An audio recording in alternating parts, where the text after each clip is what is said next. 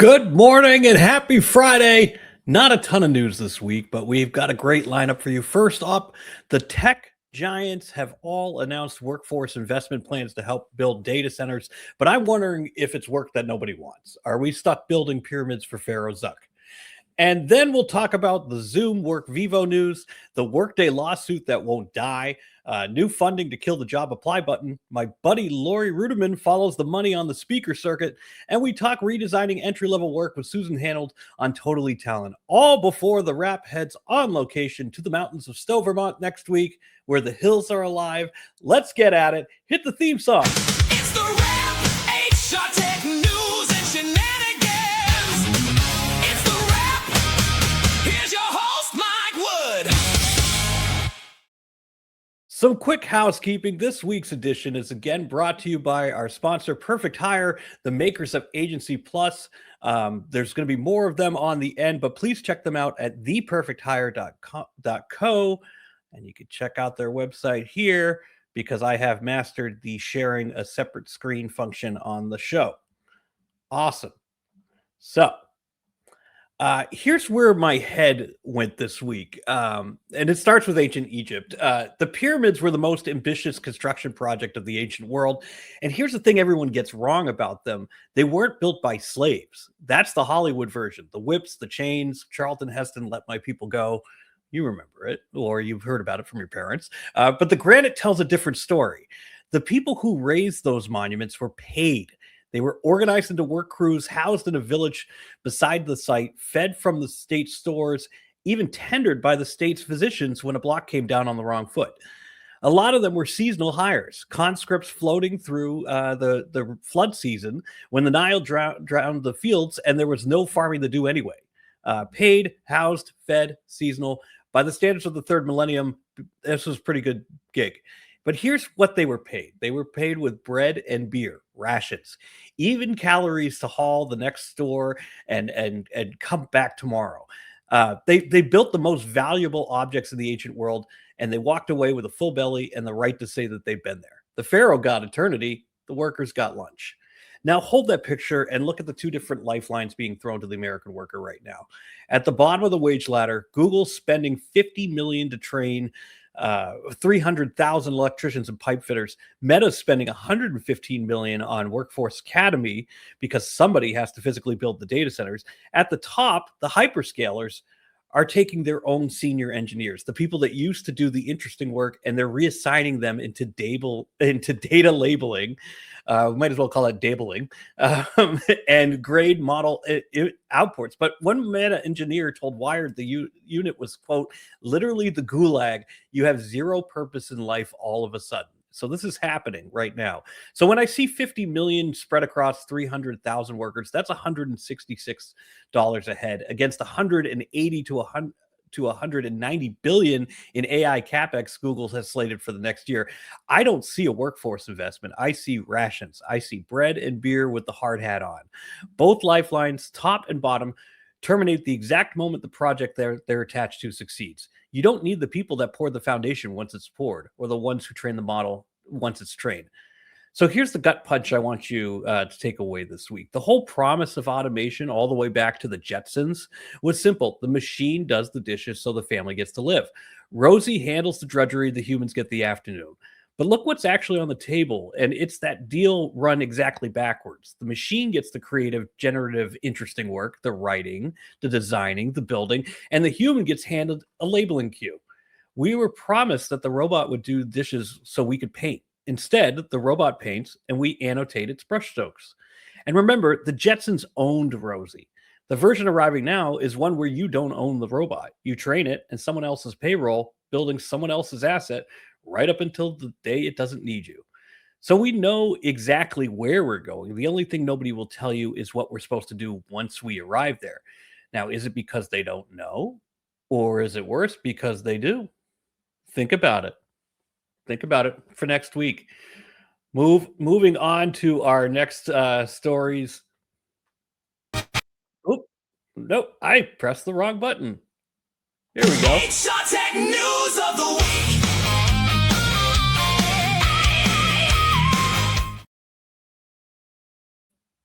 All right. First news, I kind of alluded to this a little bit in the earlier slide, but Google, through google.org, has pledged another $50 million to train as many as 300,000 workers, electricians, welders, pipe fitters, HVAC, and sheet metal techs across more than 20 states. It's framed as a public-private partnerships to fill the labor shortage behind its AI data center and grid buildouts. This sounds enormous, but Tech Radar ran the math, and that's the number that stuck with me. 50 million spread across 300,000 workers is about $166 a head. Against the 180 to 190 billion in AI capex, Google has slated for 2026, $166 a person. That's not a workforce investment. That's a rations number. So enough to get you to the site, train you up, and keep you hauling until the thing is built.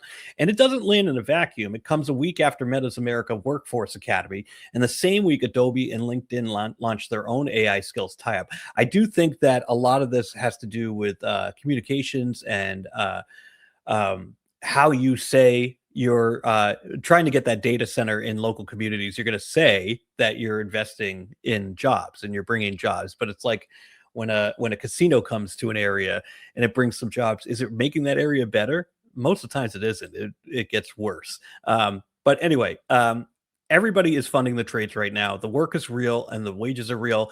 And I'm not pretending otherwise. Just keep asking the only question that matters to the person hauling the stone.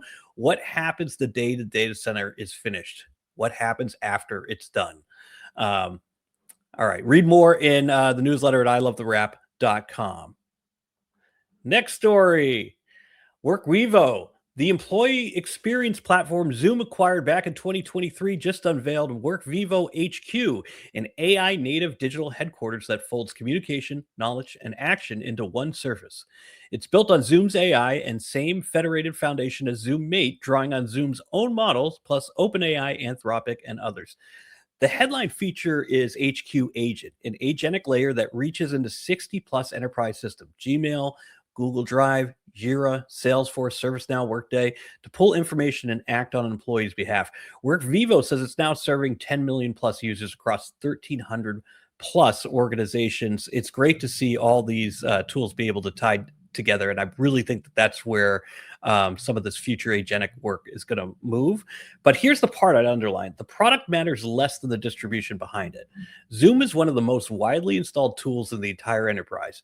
HQ is its bid to convert meeting ubiquity into ownership of the daily work surface, the screen every employee opens first thing in the morning. So instead of being the app that you only open when you get a call, that's the real strategy. Whoever owns the first screen of the day owns the workday, pun intended. Read more in today's newsletter. And speaking of Workday, a federal judge in San Francisco ruled on June 22nd that Workday has to answer claims to its AI screening software weeded out applications in ways that violated California law and the Federal Americans with Disabilities Act. The judge denied Workday's bid to dismiss the recent amendments to the 2023 proposed class action. Two things jumped at me. One, Judge Rita Lynn rejected Workday's argument that California's anti-discrimination laws don't apply to out-of-state applicants. Her reasoning, because the alleged conduct originated at Workday's headquarters in California, the company can be held liable under California law. Now, that's a very big door to leave open for a vendor that's headquartered there. Two, she let stand a claim that the software can screen candidates out using proxy indicators of disability or illness, things like gaps in employment history. And it's not saying that it did that. It's saying that it's a possibility. So she's letting the argument stand to find out later. Workday says the claims are false, but its tools only look at job qualifications, not protected traits. But the cases move forward, and we've been telling you for months, the courts are where the AI hiring discrimination actually gets decided. This is going to have a major impact across the space once it finally does get decided. But if you are on the ground and you're implementing any of these screening or whatever tools, make sure you can stand behind them and your legal team is ready to go. All right, we're moving into some funding news. Let's go talk to the money. There's been 4 rounds of funding that I saw this week, and they're all pointed at the same target, deleting the apply button. So why Brilliant? It raised €1 million pre-seed.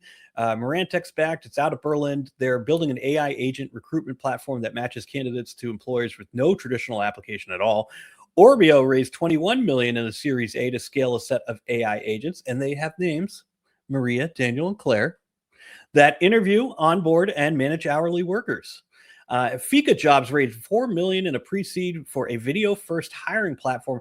Candidates do a roughly 10-minute AI interview powered by Google's Gemini, and it gets turned into a short-form video profile that employers browse instead of a resume that you apply with.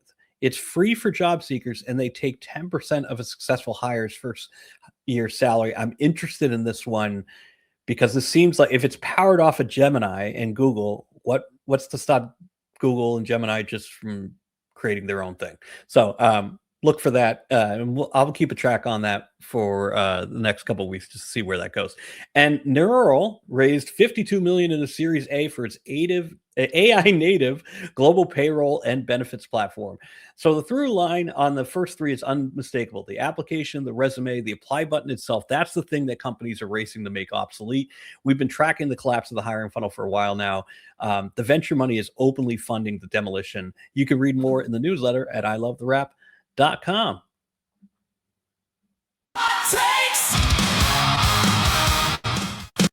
All right. The band just brought you back to some HR hot takes.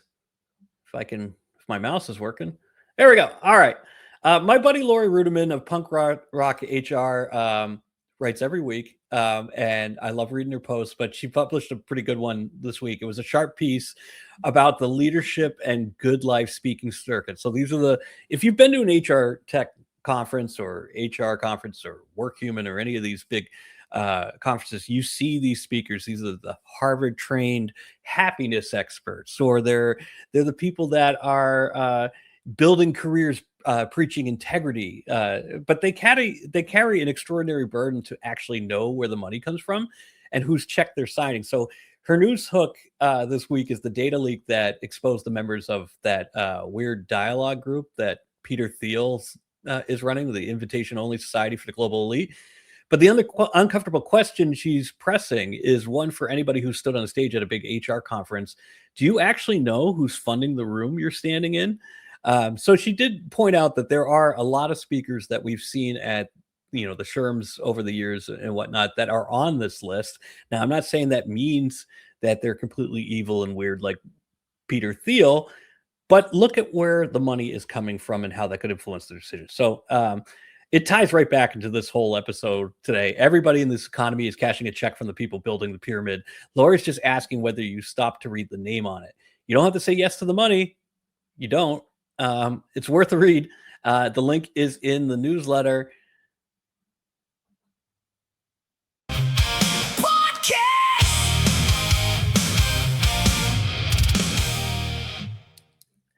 So I'm not sure if I'm sick of that 80s tune yet, but it's time to move into podcasts. And this week on Totally Talent, I have my friend Susan Hanold, VP of Organization. Oh, I didn't pull her photo up. There we go. All right. Technical difficulties.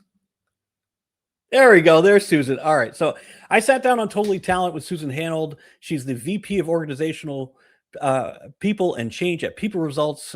She's long been in the space. I believe she was at ADP at some point. But I sat down with a conversation about something that every talent leader is quietly wrestling with. What happens to the entry-level job when AI does the work we used to hand to new grads? This is the human end of the exact problem we've been talking about. For decades, we treated entry-level work as the apprenticeship, the routine stuff you give a new grad so that they learn the ropes and climb the ladder. AI is eating that bottom rung. So Susan and I got into how you actually redesign the entry-level role when the traditional on-ramp is disappearing and where the next generation of talent is supposed to even come from. Check out a clip from that episode. AI today killing these entry-level jobs, or is the real question that where we need to redesign the entry point so it can match up with the change that's happening?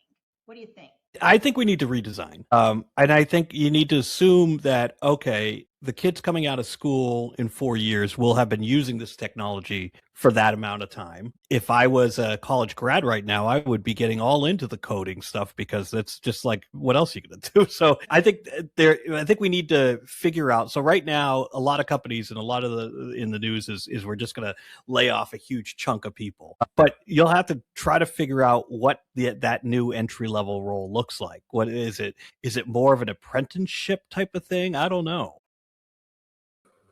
So please check out that wonderful interview. It's over at hr.com on the Totally Talent podcast.